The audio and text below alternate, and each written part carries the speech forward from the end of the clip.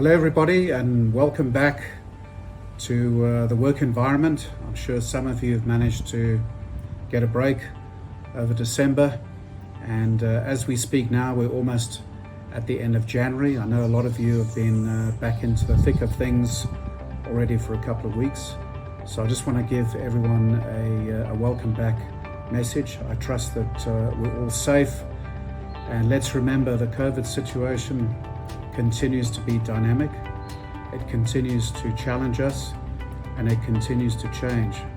We're talking about second waves in a lot of the countries that we're operating in. So I want to remind people about all of the protocols that we've got in place: social distancing, wearing our masks, sanitization, etc. Let's not make any mistakes here and do all the right things. And obviously, where possible, I think let's try and restrict our movement. Where people can work from home, I would still encourage us to do so. The corporate office here in Johannesburg remains closed, and it's likely to remain closed for some time still. People are managing to do what they have to do from home.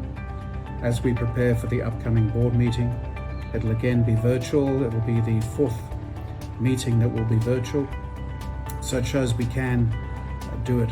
So above all, we want to put our people first and make sure that we do all the right things, we look after our people, we don't take any risks. And that extends not just at work, but also at home. Another feature of the COVID situation is the mental fatigue, the stress, the concerns that people have about COVID, particularly given the fact that now people are getting to grips with the fact that they have someone close to them who's got COVID. Maybe people have passed away that are close to you that had COVID. So obviously that's causing a degree of mental stress. Remember, we do have helplines available. Departmental heads will continue to look after your well-being and check how you are. But we do have all of the helplines available. We have expert counselors as well that we can bring on board if you need some specific help. So please talk to us. We'll talk to you as well, but talk to us if there are any specific issues, because it looks like we're going to have another difficult year here. And I know we were all hoping that COVID will be a one-year issue and we'll get it behind us, but unfortunately it looks like it's still here for a while. We are obviously in the different countries we're operating in looking out for the vaccines that might be available. So each of the regional heads and their teams are exploring the opportunities for us. As you know, it's being driven by governments across the world, so we need to interact through our structures, through the various mining associations in the different countries, governments, medical schemes, etc. And we'll keep you updated as we learn what's going to be possible on vaccines. That's going to be a key requirement this year, is to make that available to our people, and in particular people who are most at risk, and then working through the different structures, those less at risk, etc. I think it's going to take quite a long time for this to be rolled out across the world and across our regions, but we'll keep you briefed as we learn things. So it's back to work.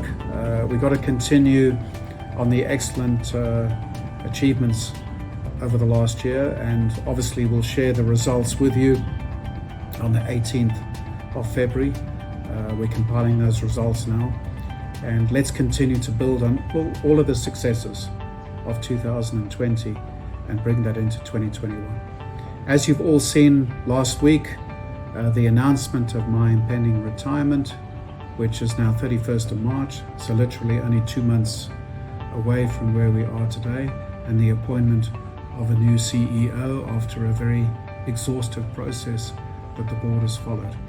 So I think we're going to have a nice handover time, in the sense that I will make sure that we get the financial year end finished, the annual statutory reports, and then Chris can come in and get stuck into the updated strategic reviews, which kick off pretty soon as we get into April, May, and then obviously we have a detailed session with the executive around the middle of the year and with the board around about August.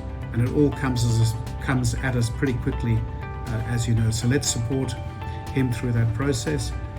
Many of you know him. in the industry, but I'm sure many of you will get to know him over time, and let's give him all of our support. So let's look forward to 2021 and beyond. Goldfields is in great shape, and a big thanks to all of you for getting us to this point and for your continued support. Without you, it wouldn't be possible. Let's keep working hard to build on our success of the last couple of years. But most importantly, let's be safe. Thank you very much. We'll talk to you again soon.